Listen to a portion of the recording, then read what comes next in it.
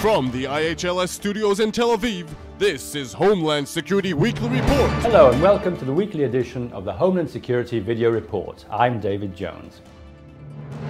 U.S. Visa waiver program is under attack by many experts.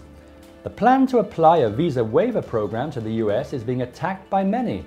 Recently, Homeland Security Secretary Jay Johnson acknowledged the concerns that terrorists might use the visa waiver program to enter the United States and said his department is taking steps to address weaknesses in the program. Johnson spoke before an aviation industry luncheon and said he doesn't want to discard the program, which makes it easier for Americans to travel to friendly countries and for those citizens of those countries to travel to the US. It represents an important element of lawful commerce between and among our international partners, he said. Back in November, the Department of Homeland Security added new information fields to the electronic system for travel authorization, Johnson said. He said he has also asked his staff to tighten the security assurances the US has with countries that participate in the waiver program. Terror attacks on rail systems by domestic terrorists, a major US concern.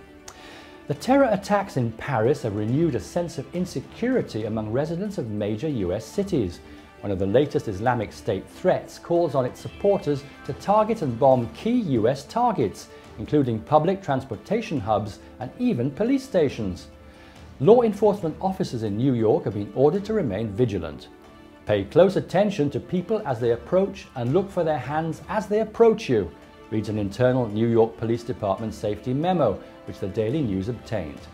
As officials from the Department of Homeland Security focus on assuring the American public that security agencies remain on high alert, last week's incidents on two of the nation's major metropolitan rail systems raise more concerns about public safety and preparedness. The flying hospital that rushes wounded soldiers to safety. The key to getting a wounded soldier from a battlefield to a hospital is stabilization, holding off the damage done by bullet or bomb for long enough to get the surgery. So faster evacuation is always better. Now the hospital can actually meet the injured part way in the form of a Boeing C-17 Globemaster III, transformed into a flying triage unit. On board, doctors stabilize, monitor and treat soldiers with high-level care so they make it safely home. If an unstable patient needs to avoid turbulence, the medical teams use noise-cancelling headsets to discuss route adjustments with the aircrew.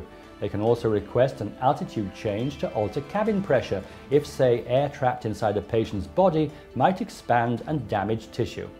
Patients enter the C-17 through the back of the cargo hold, where medics stabilize them using resuscitation, intubation and tourniquets.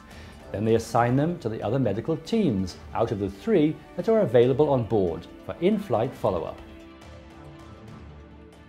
Europe is waking up to the terror threat.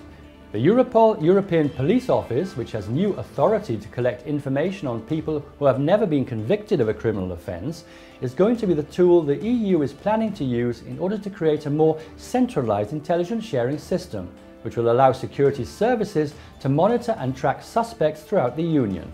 Foreign ministers from the European Union's EU 28 member countries met in Brussels earlier this week to discuss anti-terror initiatives following the terror attacks in Paris and the breakup of a jihadist cell in Belgium. The EU is expected to enter a new era of travel surveillance and anti-terror initiatives. EU officials are also looking to improve information sharing with Arab countries. Hammond notes that the United States will join officials from EU and Arab countries later this week in London to discuss progress made in the fight against the Islamic State, ISIS. China hacked US classified systems and stole F-35 data.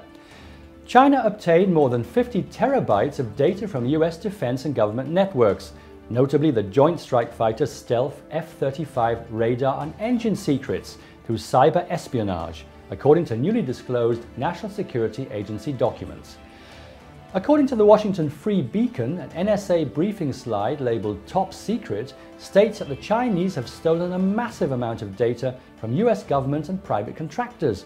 The document was made public by the German magazine Der Spiegel in 2 articles detailing how an NSA in the mid-2000s was capable of conducting global cyber intelligence gathering by tapping into the networks of foreign intelligence services and stealing the data they were collecting from others.